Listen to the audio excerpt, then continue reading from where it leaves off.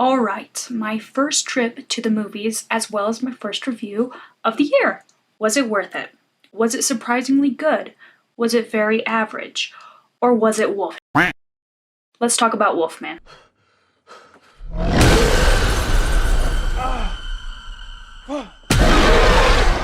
So I actually had relatively low expectations going into this one, and honestly I don't really know why. It is a reboot of The Wolfman from 1941, and it's directed by Leigh Whannell, who I absolutely love. He wrote Saw and played Adam in that movie in the first installment of the series, the better of the two in the game that he played, I might add. Also, arguably, Adam is one of the better characters. I think Adam is so funny. I went to bed in my shithole apartment and woke up in an actual shithole. He's also responsible for writing the first two Insidious movies and directing the third, and he also wrote The Invisible Man from 2020. Like, he has a very extensive resume. I think that he's really good, and I've always been a big fan of him, but to be honest, I really wasn't super hyped for Wolfman. I think it has to do with two things. This is a Blumhouse movie, which Blumhouse seems to be getting kind of less and less creative, unfortunately. And also this movie is released in January, and a lot of horrors in January usually are not the best, so I didn't have super high expectations for this one. And it also, alongside that, just as well, it also seemed a bit basic, and I feel like a lot of the trailer kind of gave a lot of the movie away. The basic premise being you have this family of three, the father/husband gets bit by this werewolf and then starts to change into one himself and attacks his family. Okay, I mean, interesting enough. I was hoping that they would do something kind of unique with it. Obviously, this movie is a bit more nuanced than just that description, but honestly, what you're expecting from this one is probably what you're going to get. And I will say I think my low expectations were met. Plus, I'm more of a vampire gal than a werewolf one, if you know what I mean. But let me talk about some of the positives I have for this movie, because there are some good things they did here, I think. I think that the family dynamic in the movie is actually pretty interesting, and I think they did a decent job with the character development throughout. For instance, the movie opens up with this scene that gives us a really good look into one of our main character, Blake's past, and how growing up, his dad was pretty harsh, really tough on him, and obviously because of that, you can tell their relationship was really strained. And then fast forward to his adult years, Blake is now married to a woman named Charlotte, and has a kid named Ginger, and unlike his father, he is very nurturing, very fatherly, very, very good with his child and gentle. However, on the other hand, you have Charlotte, the wife, who is definitely more jaded, and she has a really hard time connecting with her child.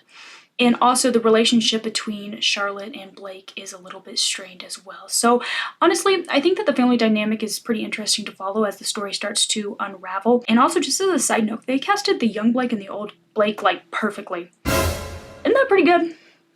Pretty good, pretty believable. So the setting of this movie is undeniably gorgeous. It takes place in Oregon. However, I think most of the filming was actually in New Zealand. And wow, my gosh, the sweeping landscapes that you see throughout here, the mountains and the woodlands, is just so beautiful. And when you see these vast landscapes coupled with the soundtrack, it's really just quite incredible. It's really nice. There's a lot of good instrumental music here that I think really complements the scenes of the landscapes as well. Something else that's really cool about this movie is the transformation that we see taking place after Blake gets bitten by a werewolf and starts to turn into one himself, especially what he hears. I really like the sound design when he's transforming. Like you go into his head almost, and you kind of see, you hear what he hears and the weird sounds. And there's this one scene in specific that I really like. He's hearing these like insane vibrations, and the whole time we're like, what is that? What is coming from the house? And even the character himself is like, what is that? Because he doesn't know what's going on. He's transforming, and I just really like what they did in this scene stylistically. I thought it was pretty cool. The only thing I did not like regarding the transformation was when they show the werewolf's perspective pertaining to their eyesight. I wasn't a fan how he saw people as he was transforming. If that's how wolves see people, yikes. We're scarier than they are. A part I was kind of mixed about was the actual look of the werewolves. In folklore, werewolves are more depicted as like real wolves with fully fur-covered bodies. I would say that the werewolves in this movie are depicted more human than wolf, but the look of them is honestly pretty unsettling, and I think that some of the practical effects here are good, both with the look, but also just how some of the wounds and gashes that we see throughout the movie. Pretty good practical effects there. Okay, let's move on to the negatives, because here's one thing that I was very disappointed about, unfortunately. So I love Julia Garner, but unfortunately I really didn't like her here. Oh, it's unfortunate. And to be honest, and to be fair, also, this could kind of be due to the script, honestly, because I felt like a lot of her reactions, especially to her husband when he was transforming, were so unrealistic. For example, when her husband is starting to transform into a werewolf, he does some unhinged. And during these moments, she's almost just like staring at him. Like, you can tell that she's shocked and she's like, what the hell? But in these moments, I'm like, oh my damn, if I was her, I would be freaking out. I'd be like, what the f are you doing? I would be trying to get away from him. And another thing, also to add on to that, to be fair, she's not all that nurturing of a mother, but there are times where she will go into different rooms, go into a basement, and leave her child alone with her husband, who's transforming into like this bloodthirsty werewolf. And I'm like, what are you doing? Take your child with you. Do not leave her alone with him.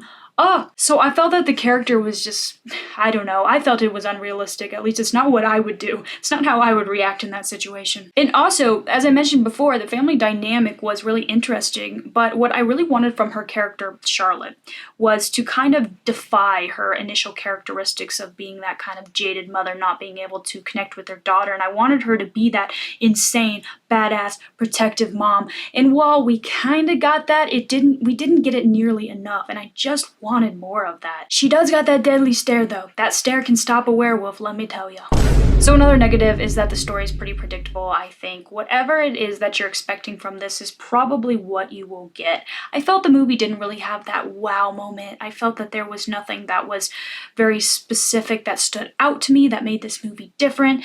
There's also a lot of moments where it's super intense, but they're over very quickly. And as far as the pace in these moments, these intense moments, I definitely wanted more of them. There were moments that I thought could have really benefited from being drawn out. Like, for instance, the transformation. I wish that that was drawn out even more because I was really enjoying that part. Also, there's some fights, some sort of, brawling that I wanted to be drawn out more too, but we didn't really get that. But overall, guys, there are some things that they did well here, but honestly, for me, this movie is very average. I would give it a 3 out of 5. I tend to really like movies, especially horror, that are like very few characters, a small cast, and really only one location. And while that is mostly the case for this movie, it really did fall short because of the predictability and the overall story of it. I thought there were some good moments, like seeing Blake transform into a werewolf, some of the practical effects, and then just watching the family dynamic grow and change, but I just found myself wanting more of a lot of the stuff that was good, and I wish they did take it to the next level. But let's see what the general consensus is. Oh, looky there, 3 out of 5. That's what I said, right? Spot on, baby. Okay, this is actually interesting because obviously the 5s and 1s are almost matched, but it's like every other category, which we hardly see, like 2, 3, 4, is, kind of evenly matched too. They're up there, so interesting. I think that's fair. Oh, I'm just seeing this now. There's only 87 ratings. Okay.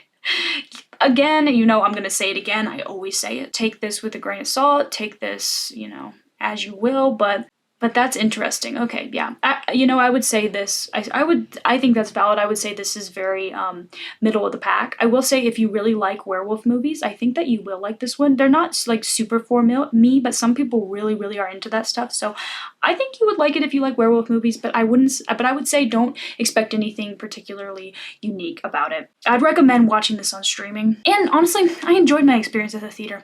First of the year, I was the lone sole person in there in one of the biggest theaters at the cinema, so I'm definitely not starting my new year with nightmares of werewolves. No way. After all, the biggest nightmare is Blumhouse movies getting less and less unique. But what did you guys think? Did you guys enjoy this? Do you agree? Do you disagree? Are you guys gonna go see Wolfman? Let me know your thoughts on it, and thank you guys for watching, and catch me next time.